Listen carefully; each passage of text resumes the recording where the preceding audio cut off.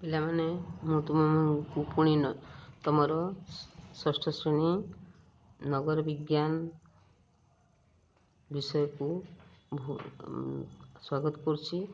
ମୁଁ ତୁମମାନଙ୍କୁ ଆଜି ଏଇ ତୁମର ପାଠ ନମ୍ବର ପ୍ରଥମ ଅଧ୍ୟାୟ ଆମେ ଓ ଆମ ସମାଜର ତୁମମାନଙ୍କୁ ଗତ ପିରିୟଡ଼ରେ ପଢ଼େଇଥିଲି କ'ଣ ଯେ ଜନଜାତି।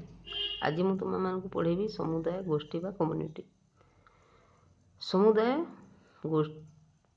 ଗୋଷ୍ଠୀ ବା କମ୍ୟୁନିଟି ଏଇଟା କ'ଣ ଅଟେ? ଗୋଟିଏ ନିର୍ଦ୍ଦିଷ୍ଟ ଅଞ୍ଚଳରେ ଐକ୍ୟ ମନୋଭାବ ନେଇ ବାସ କରୁଥିବା ଲୋକଙ୍କୁ ନେଇ ସମୁଦାୟ ବା ଗୋଷ୍ଠୀ ଗଠିତ ହୁଏ। ଏକ ମନୋଭାବ, ଗୋଟିଏ ନିର୍ଦ୍ଦିଷ୍ଟ ଅଞ୍ଚଳରେ ଗୋଟିଏ ମନୋଭାବ ନେଇକରି ବାସ କରୁଥିବା ଲୋକଙ୍କୁ ନେଇ ଗୋଟିଏ ସମୁଦାୟ ବା ଗୋଷ୍ଠୀ ସୃଷ୍ଟି ହୁଏ। ଏହା ପ୍ରାକୃତିକ ଭାବରେ ସୃଷ୍ଟି ହୁଏ। ଏହା ଗୋଷ୍ଠୀରେ ବାସ କରୁଥିବା ବ୍ୟକ୍ତିମାନେ ଏକ ସର୍ବସାଧାରଣ ଜୀବନଧାରାରେ ସହଭାଗୀ ହୋଇଥାନ୍ତି। ସେମାନେ ଗୋଟିଏ ପ୍ରାକୃତିକ ଅଞ୍ଚଳରେ ରହିଲେ, ଗୋଟିଏ ଗୋଷ୍ଠୀ ହେଇକି ରହୁଥିଲେ ଆଉ ସର୍ବସାଧାରଣ ଜୀବନଧାରାରେ ସହଭାଗୀ ହୋଇଥାନ୍ତି। ମାନେ ସେ ଜୀବନଧାରା ପ୍ରଣାଳୀରେ ସେମାନେ ପରସ୍ପର ସହଭାଗୀ ବା ପରସ୍ପର ଏକ ଭାଗ ହେଇକିରି ହୋଇଥାନ୍ତି ବା ସମସ୍ତେ ସହଭାଗୀ ହେଇକି ବା ସାହାଯ୍ୟ ସହଯୋଗ ସମାନ ପ୍ରକାରରେ ରହନ୍ତି। ଗ୍ରାମ ସମୁଦାୟ, ପୌର ସମୁଦାୟ ଆଦି ଏହାର ଉଦାହରଣ। ଗାଁରେ ଥାନ୍ତି ସମୁଦାୟ, ପୌର ଅଞ୍ଚଳରେ ମଧ୍ୟ ଥାନ୍ତି ସମୁଦାୟ। ଏଇଗୁଡ଼ାକ ହେଉଛି ଏହି ସମୁଦାୟର ଉଦାହରଣ। ସଦସ୍ୟମାନଙ୍କର ସମସ୍ତ ଆବଶ୍ୟକତା ପୂରଣ କରିବା ଗୋଷ୍ଠୀ ବା ସମୁଦାୟର ପ୍ରଧାନ ଲକ୍ଷ୍ୟ। ଯେଉଁ ସଦସ୍ୟମାନେ ସେଇ ଗୋଷ୍ଠୀରେ ବା ସେ ସମୁଦାୟରେ ଥାନ୍ତି ସେମାନଙ୍କର ସମସ୍ତ ଆବଶ୍ୟକତା ପୂରଣ କରିବା ହେଉଛି ଏହି ସମୁଦାୟ ବା ଗୋଷ୍ଠୀର ଲକ୍ଷ୍ୟ। ଏକ ସମୁଦାୟରେ ବାସ କରୁଥିବା ଲୋକମାନଙ୍କର ପ୍ରଥା, ଗୋଟିଏ ସମୁଦାୟରେ ବାସ କରୁଥିବା ଯେଉଁ ଲୋକମାନେ ବାସ କରୁଛନ୍ତି ସେମାନଙ୍କର ପ୍ରଥା, ପରମ୍ପରା, ଭାଷା ଆଦିରେ ସମାନତା ଦେଖାଯାଏ। ତାଙ୍କର ବିଭିନ୍ନ ପ୍ରକାର ପ୍ରଥା କଲେ ଦେଖ, ମାନେ ଚାଲିଚଳଣି, ଭାଷା, ବୁଝିଛ? ଏଗୁଡ଼ା ହେଉଛି ଖାଇବା ପିଇବା, ମାନେ ଲୌକିକ ପ୍ରଥା ଗୁଡ଼ିକ, ବୁଝିଲ? ଯେଉଁ ଅଛି, ପିଲା ଜନ୍ମ ହେଲେ ତାର ଏକୋଇଶିଆ କରିବା, ତାର ଷଠି କରିବା, ଉଠିଆରି କରିବା, ତାର ବ୍ରତ ଘର କରିବା, ବଡ଼ ହେଲେ ବାହା କରିବା, ବୁଝିଲ? ଲୋକ ମୃତ୍ୟୁ ହେଲେ ତାର କର୍ମକାଣ୍ଡ କରିବା, ହେଲା? ଏଗୁଡ଼ାକ ହେଉଛି ତାଙ୍କର ପ୍ରଥା। ତାଙ୍କର ପରମ୍ପରା ମଧ୍ୟ ଆଗରୁ ଯେଉଁଟା ଚଳି ଆସିଛି ସେଇ ପରମ୍ପରାକୁ ବଜାୟ ରଖିବା ହେଉଛି।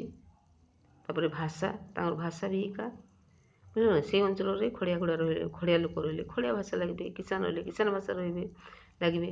ତାପରେ ମାନେ ଆମର ସୁନ୍ଦରଗଡ଼ି ଭାଷା ଲୋକ ରହିଲେ, ଆମର ସାଧାରଣ ଲୋକ ହେଲେ ସାଧାରଣ ଭାଷା କଥା ଲାଗିବେ, ବୁଝଛ କି ନାହିଁ? ଏଇଭଳି ଭାଷା, ଏଗୁଡ଼ିକରେ ସମାନତା ଦେଖାଯାଏ। ଗୋଟିଏ ଗୋଷ୍ଠୀ ଯେହେତୁ ଗୋଟେ ଜାଗାରେ ବାସ କରନ୍ତି ସେମାନଙ୍କୁ ସମାନ ଭାଷା ଦେଖାଯିବ। ସମୁଦାୟ ବାସ କରୁଥିବା ଅଞ୍ଚଳଟି ଯେତେ ଛୋଟ ହୁଏ ଲୋକଙ୍କ ମଧ୍ୟରେ ଐକ୍ୟ ସେତେ ଦୃଢ଼ ହୋଇଥାଏ। ସେ ଯେଉଁ ସମୁଦାୟ ବାସ କରିବେ, ମାନେ ଏଇଠି ଗୋଟେ ଘର ସେଠି ଗୋଟେ ଘର, ସେ ଦୂରରେ ଯଦି ଘରଟା ରହିଗଲା ତାହେଲେ ତାଙ୍କର ଭିତରେ ଆକର୍ଷଣ ବା ଏତେ ଐକ୍ୟ ଅନୁଭୂତି ରହିବ ନାହିଁ। ସେମାନେ ଯଦି ଗୋଟିଏ ସ୍ଥାନରେ ରହିଯିବେ ଗୋଷ୍ଠୀ ହେଇକିରି, ବା ମାନେ ଆମେ ଯେନ୍ଟା ସେ ସୁନ୍ଦରଗଡ଼ି ଭାଷାରେ ବଖରି ଭଳିଆ ରହିଯିବେ, ପାଖି ରହିଯିବେ, ତାହେଲେ ସେମାନଙ୍କର କ'ଣ ହେଇଯାଏ? ଏକତା ଦୃଢ଼ ହୁଏ, ତାଙ୍କର ଐକ୍ୟ ଅନୁଭୂତି ବଢ଼ିଥାଏ। ଆଉ ଯେତେ ବୃହତ୍ ସମୁଦାୟ ବା ଯଦି ସେ ସମୁଦାୟଟା ଦୂରେ ରହିଲେ ତାହେଲେ କ'ଣ ହୁଏ? ଟିକେ ଐକ୍ୟବଦ୍ଧଟା ଟିକେ କମେଇଯାଏ। ମୁଁ ସେଠାରୁ ତ ପଳେଇ ଆସିଲି ନା, ମୁଁ ଇଆଡ଼େ ରହିଲି ନା, ମୁଁ ଏମାନଙ୍କ ସାଙ୍ଗେ ନିମିଶେ, ଏଇଭଳିଆ ବିଭିନ୍ନ ପ୍ରକାର ଧାରଣା ହୁଏ। ଆଉ ସେମାନେ କ'ଣ ହେଇଥାନ୍ତି? ତାଙ୍କର ଏକତାଟା ଟିକେ କମିଯାଏ। ତେବେ ବୃହତ୍ ସମୁଦାୟ ମଧ୍ୟ ବ୍ୟକ୍ତିକୁ ଅନେକ ପ୍ରକାର ସାହାଯ୍ୟ କରିଥାଏ।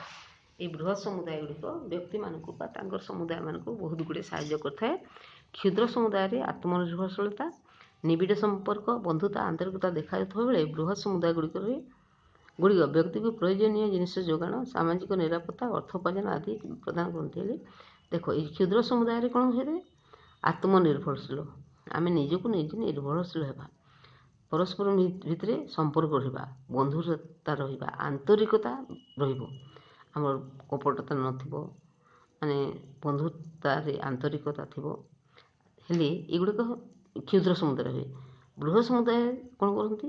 ବ୍ୟକ୍ତିକୁ ପ୍ରୟୋଜନୀୟ ଜିନିଷ ଯୋଗାଣ କରନ୍ତି। ଆମ ଭିତରେ ଦେଖ ବହୁତ ଆମର ପ୍ରୟୋଜନୀୟ ଜିନିଷ ଅଛି, ଯେମିତି ଲୁଗାପଟା, କପଡ଼ା ଲତା, ଖାଦ୍ୟପେୟ, ଏଗୁଡ଼ାକ ଆମେ ଦୋକାନ ହେଲେ ଚଳିପାରିବା ନାହିଁ। ହେଲେ ଏଇ ବୃହତ୍ ସମୁଦାୟ ଏଗୁଡ଼ାକ ବିଭିନ୍ନ ପ୍ରକାର ପ୍ରୟୋଜନୀୟ ଜିନିଷ ଯୋଗାନ୍ତି। ସାମାଜିକ ନିରାପତ୍ତା ରକ୍ଷା କରନ୍ତି। ସାମାଜିକ ନିରାପତ୍ତା କହିଲେ ଆମ ସମାଜ ଭିତରେ ଯେଉଁ ନିରାପତ୍ତାଟା ଅଛି ସେ ନିରାପତ୍ତାଟା ଆମକୁ ରକ୍ଷା କରନ୍ତି। ଆଉ ଅର୍ଥ ଉପାର୍ଜନ କ୍ଷମତା ଏଗୁଡ଼ାକ କ'ଣ ପ୍ରଦାନ କରିଥାନ୍ତି। ତାପରେ ଅନେକ ସବୁ କ୍ଷେତ୍ରରେ ଗୋଷ୍ଠୀ ବା ସମୁଦାୟ ବ୍ୟକ୍ତିକୁ ସାହାଯ୍ୟ କରି ଆଲୋଚନା କର। ଅଲଗା କେଉଁ କ୍ଷେତ୍ରରେ ଏଇ ଗୋଷ୍ଠୀ ବା ସମୁଦାୟ ଜଣେ ବ୍ୟକ୍ତିକୁ ସାହାଯ୍ୟ କରି ସେଇଟା ଆଲୋଚନା କର କୁହାଯାଇଛି। ତାପରେ ପିଲାମାନେ ଦେଖ ସମାଜ। ଆଦିମ ମଣିଷ ସ୍ୱାଧୀନ ଭାବରେ ଜୀବନଯାପନ କରୁଥିଲା। ପରବର୍ତ୍ତୀ ସମୟରେ ଲୋକ ସଂଖ୍ୟା ବୃଦ୍ଧି ଯୋଗୁଁ ସେମାନଙ୍କ ମଧ୍ୟରେ କଳହ ଓ ଶତ୍ରୁତା ସୃଷ୍ଟି ହେଲା। ତେଣୁ ମଣିଷ କେତେକ ନିୟମ ନୀତି ସୃଷ୍ଟି କରି ସୁଖରେ ରହିବାକୁ ଚେଷ୍ଟା କଲା। ଏହି ଚଳିବାକୁ ସମାଜ କୁହାଯାଏ। ଦେଖ ତୁମେମାନେ ଜାଣିଛ ଆଦିମ ମଣିଷମାନେ କ'ଣ କରୁଥିଲେ? ସ୍ୱାଧୀନ ଭାବରେ ଜୀବନଯାପନ କରୁଥିଲେ। ବଣରେ ବୁଲୁଥିଲେ, ଫଳମୂଳ ସଂଗ୍ରହ କରୁଥିଲେ, ଖାଉଥିଲେ, ପଶୁ ଶିକାର କରୁଥିଲେ, ସେଟାକୁ ଖାଉଥିଲେ, ରହୁଥିଲେ। ତାଙ୍କ ଭିତରେ କ'ଣ ନଥିଲା? ହିଂସା ନଥିଲା, କପଟତା ନଥିଲା, କିଛି ନଥିଲା। ତାପରେ ଧୀରେ ଧୀରେ ଲୋକ ସଂଖ୍ୟା ନିଶ୍ଚିତ ରୂପେ ବଢ଼ିଲା। ଲୋକ ସଂଖ୍ୟା ବଢ଼ିବା ଯୋଗୁଁ ସେମାନଙ୍କ ମଧ୍ୟରେ କ'ଣ ହେଲା? କଳହ ସୃଷ୍ଟି ହେଲା, ଶତ୍ରୁତା ସୃଷ୍ଟି ହେଲା, ପରସ୍ପର ଭିତରେ ନିନ୍ଦା ଅପବାଦ ବିଭିନ୍ନ ପ୍ରକାର ମାନେ କୁଧାରଣା କୁସଂସ୍କାର ଗୁଡ଼ିକ ମଧ୍ୟ ହେଲା। ତେଣୁ ମଣିଷ କେତେକ ନୀତି ନିୟମ ସୃଷ୍ଟି କରି ତେଣୁ ସେଇ ସମାଜରେ ସେ ତାଙ୍କର ଯେଉଁ ଭିତରେ ବା ଦଳ ବା ଗୋଷ୍ଠୀ ଭିତରେ କ'ଣ କଲେ କେତେ ଗୁଡ଼ିଏ ନୀତି ନିୟମ ସୃଷ୍ଟି କରି ସୁଖରେ ରହିବାକୁ ଚେଷ୍ଟା କଲେ। ଯେଉଁ ବଡ଼ ବଡ଼ ମଣିଷ ମାନେ ଥିଲେ, ଆମର କୁଟୁମ୍ବର ବଡ଼ ଥିଲେ, ବୟସ୍କ ବ୍ୟକ୍ତିମାନେ ଥିଲେ, ସେମାନେ ବିଭିନ୍ନ କ'ଣ ନୀତି ନିୟମ ଗୁଡ଼ିକ ସୃଷ୍ଟି କଲେ ଆଉ ଭଲରେ ଚଳିବାକୁ ଚେଷ୍ଟା କରାଗଲା। ଆଉ ଏଇଭଳି ଚଳିବାରୁ ସମାଜ ସୃଷ୍ଟି ହେଲା। ସେଇଭଳିଆ ଆମେ ଚଳିବାର ଆମର କ'ଣ ହେଲା? ସମାଜଟା ସୃଷ୍ଟି ହେଲା। ସମାଜ ବିନା ବଞ୍ଚିବା ମଣିଷ ପକ୍ଷରେ ଅସମ୍ଭବ। ନିଜର ଆବଶ୍ୟକତା ପୂରଣ ପାଇଁ ମଣିଷ ସମାଜ ଉପରେ ନିର୍ଭର କରେ। ମଣିଷ ହେଉଛି ଯେହେତୁ ଗୋଟେ ସାମାଜିକ ପ୍ରାଣୀ, ତେଣୁ ସମାଜ ବିନା ସେ ଚଳିପାରିବ ନାହିଁ। ଆଉ ନିଜର ଆବଶ୍ୟକତା ମଧ୍ୟ ମଣିଷ ତା ସମାଜରୁ ହିଁ କ'ଣ କରିଥାଏ? ପୂରଣ କରିଥାଏ। ସମାଜ ବାଲକର ଶିଶୁକୁ ସହାୟତା କରେ। ଶିଶୁ ସମାଜକୁ ସହଯୋଗ, ସହିଷ୍ଣୁତା, ପରିଚ୍ଛନ୍ନତା ଭଳି ଗୁଣ ଶିକ୍ଷା କରେ। ସମାଜରୁ ମଧ୍ୟ ପିଲା କ'ଣ କରେ? ବହୁତ କିଛି ଶିକ୍ଷା କରେ। ସେଗୁଡ଼ିକ ହେଲା ସହଯୋଗ, ସହିଷ୍ଣୁତା, ପରିଚ୍ଛନ୍ନତା ଆଦି ଗୁଣ। ସମାଜ ବ୍ୟକ୍ତିକୁ ଜୀବିକା ଅର୍ଜନରେ ସାହାଯ୍ୟ କରେ। ବ୍ୟକ୍ତି ନିଜର ଧନ ଜୀବନର ସୁରକ୍ଷା ପାଇଁ ସମାଜ ଉପରେ ନିର୍ଭର କରେ। ସମାଜ ମଧ୍ୟ ବ୍ୟକ୍ତିକୁ କ'ଣ କରେ? ଜୀବିକା ଅର୍ଜନରେ ସାହାଯ୍ୟ କରେ। ତୁମେମାନେ ଜାଣୁଛ, ଦେଖୁଛ, କିଏ ଘର ବନେଇଲା, କିଏ ବାହାଘର ହେଲା, କି କ'ଣ କଲା, ଏଇଭଳିଆ ବିଭିନ୍ନ ସେ ତାଙ୍କର କାମରେ ଅଲଗା ଲୋକ ମଧ୍ୟ କ'ଣ ହେଇଯାନ୍ତି? ଏନଗେଜ୍ ହେଇଯାନ୍ତି। 2 ପଇସା କମାଉଥିଲେ, ଜୀବିକା ନିର୍ବାହ ହେଲାନି। ବ୍ୟକ୍ତି ନିଜର ଧନ ଜୀବନର ସୁରକ୍ଷା ପାଇଁ ସମାଜ ଉପରେ ମଧ୍ୟ ନିର୍ଭର କଲା। ତୁମେମାନେ ଦେଖୁଛ, ସେଇଟା ତ ଆଉ କ'ଣ ଅଛି? ବ୍ୟକ୍ତି ନିଜର ଧନ ଜୀବନର ସୁରକ୍ଷା ପାଇଁ ନିଜ ଧନ ଜୀବନ ଆମେ କହିଦେବା, କାହିଁ ଆମେ ଘରକୁ ତାଲା ପକାଇଦେବା, ଆମ ପାଖର ଘରକୁ ଦେଖିବାକୁ ଟିକେ ମୁଇଁ ଆସିବି, କିଛି ନେବା, ହେଲେ ସେ ଆମର ପାଖର ଘର ବାଲା କ'ଣ କରିବ? ନିଶ୍ଚିତ ରୂପେ ସେ ସେପଟେ ଦେଖୁଥିବ କାଳେ କ'ଣ ହେଇଯିବ ବୋଲିକି। ଆଉ ସେମାନେ ଦେଖିଲାରେ ଆମର ଘରର କିଛି ଅସୁବିଧା ହୁଏ ନାହିଁ। ତେଣୁ ଏଇଟା ସବୁ ସୁରକ୍ଷା ଅଟେ। ବ୍ୟକ୍ତି ସମାଜରୁ ନୂଆ ଅଭିଜ୍ଞତା ଜ୍ଞାନ ହାସଲ କରେ। ସମାଜରେ ମଧ୍ୟ ବ୍ୟକ୍ତି କ'ଣ କରେ? ନୂତନ ଅଭିଜ୍ଞତା ଏବଂ ଜ୍ଞାନ ଗୁଡ଼ିକ ଲାଭ କରେ। ନିଜକୁ ପରିମାର୍ଜିତ କରି ଉନ୍ନତି କରିବାକୁ ଚେଷ୍ଟା କରେ। ନିଜକୁ ସେ ସବୁବେଳେ ପରିମାର୍ଜିତ କରେ। ଯେଉଁ ଭୁଲଟା କରୁଥିବ ସେ ଭୁଲଟାକୁ ସୁଧାରିବା ପାଇଁ ସେ ଚେଷ୍ଟା କରେ। ସମାଜରେ ପ୍ରଚଳିତ ନୀତି ଓ ପ୍ରଥା ଗୁଡ଼ିକ ବ୍ୟକ୍ତିତ୍ୱ ବିକାଶରେ ସାହାଯ୍ୟ କରେ। ଯେଉଁ ସମାଜରେ ନୀତି ଏବଂ ଆଦର୍ଶ ପ୍ରଥା ଗୁଡ଼ିକ ଅଛି ସେଗୁଡ଼ିକ ମଧ୍ୟ କ'ଣ କରେ? ସମାଜରେ ବ୍ୟକ୍ତିର ବିକାଶ କରିବାରେ ସାହାଯ୍ୟ କରେ। ବ୍ୟକ୍ତି ଯେପରି ସମାଜ ଉପରେ ନିର୍ଭର କରେ, ସମାଜ ମଧ୍ୟ ସେପରି ବ୍ୟକ୍ତି ଉପରେ ନିର୍ଭର କରେ। ସମାଜ ଏବଂ ବ୍ୟକ୍ତି ପରସ୍ପର ପରିପୂରକ। ସମାଜ ବିନା ବ୍ୟକ୍ତି ରହିପାରିବେ ନାହିଁ କିମ୍ବା ବ୍ୟକ୍ତି ବିନା ସମାଜ ମଧ୍ୟ ତିଷ୍ଠି ପାରିବ ନାହିଁ। ବ୍ୟକ୍ତିର ଉନ୍ନତି ହେଲେ ସମାଜର ଉନ୍ନତି ହୁଏ। ବ୍ୟକ୍ତି ସମାଜରେ ପରିବର୍ତ୍ତନ ଆଣି ଏହାକୁ ସମୃଦ୍ଧ କରେ। ଆଉ ସେଇ ବ୍ୟକ୍ତି କ'ଣ କରେ? ସମାଜରେ କ'ଣ କରେ? ପରିବର୍ତ୍ତନ ଆଣି ସମାଜଟାକୁ ଆହୁରି ସମୃଦ୍ଧ କରିଥାଏ। ହେଲେ ପୂର୍ବ କାଳରେ ଅପରାଧୀମାନଙ୍କୁ ନିର୍ବାସନ ଦଣ୍ଡ ଦିଆଯାଉଥିଲା। କାହିଁକି ଆଲୋଚନା କରୁ? ହେଲେ ପୂର୍ବ କାଳରେ ଅପରାଧୀମାନଙ୍କୁ ନିର୍ବାସନ ଦଣ୍ଡ ଦିଆଯାଉଥିଲା ବା ଗାଁରୁ ବାହାର କରି ଦିଆଯାଉଥିଲା। କାହିଁକିନା ସେ ତାକୁ ଏମିତି ଦଣ୍ଡ ଦେଲେ ସେ ଜୀବନରେ ଆଉ ସେମିତି ଦଣ୍ଡ କେବେ କରିବ ନାହିଁ, କିମ୍ବା ତାକୁ ଦେଖିକରି ସମାଜର ଅନ୍ୟ ବ୍ୟକ୍ତିମାନେ ମଧ୍ୟ ସେଭଳିଆ ଭୁଲ କାମ କରିବେ ନାହିଁ। ତେଣୁ ତାକୁ କ'ଣ କରାଯାଉଥିଲା?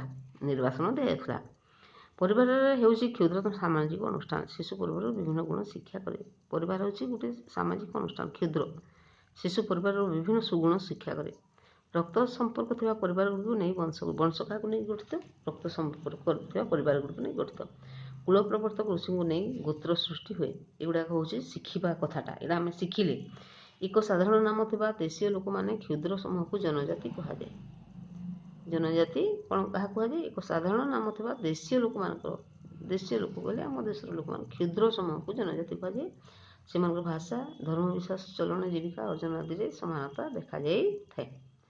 ନିର୍ଦ୍ଦିଷ୍ଟ ଲକ୍ଷ୍ୟ ହାସଲ ପାଇଁ କେତେକ ବ୍ୟକ୍ତି ଇଚ୍ଛାକୃତ ଭାବରେ ମିଶି ସଂଘ ଗଠନ କରିଥାନ୍ତି। ସଂଘ କେମିତି ଗଠନ କରାଯାଏ? ନିର୍ଦ୍ଦିଷ୍ଟ କେତେକ ବ୍ୟକ୍ତି ସେମାନଙ୍କର ସମାନ ଇଚ୍ଛା ଥିବ ବା ଗୋଟିଏ ଇଚ୍ଛା ପୂରଣ କରିବା ପାଇଁ ସଂଘ ଗଠନ କରିଥାନ୍ତି। ଏକ ନିର୍ଦ୍ଦିଷ୍ଟ ଅଞ୍ଚଳରେ ଏକତାବଦ୍ଧ ହୋଇ ବାସ କରୁଥିବା ଲୋକଙ୍କୁ ନେଇ ସମୁଦାୟ ବା ଗୋଷ୍ଠୀ ଗଠନ ହୋଇ କହିଲି। ଆଉ ସମାଜ ବିନା ମଣିଷ ସ୍ଥିତି ଅସମ୍ଭବ। ବ୍ୟକ୍ତି ଓ ସମାଜ ପରସ୍ପର ପରିପୂରକ। ମଣିଷକୁ ଛାଡ଼ିକି ସମାଜ ବଞ୍ଚି ପାରିବ ନାହିଁ କିମ୍ବା ସମାଜକୁ ନେଇକରି ମଣିଷ ବଞ୍ଚି ପାରିବ ନାହିଁ, ଯେହେତୁ ମଣିଷ ହେଉଛି ଏକ ସାମାଜିକ ପ୍ରାଣୀ। ପିଲାମାନେ ଆଜି ପାଇଁ ଏତିକି।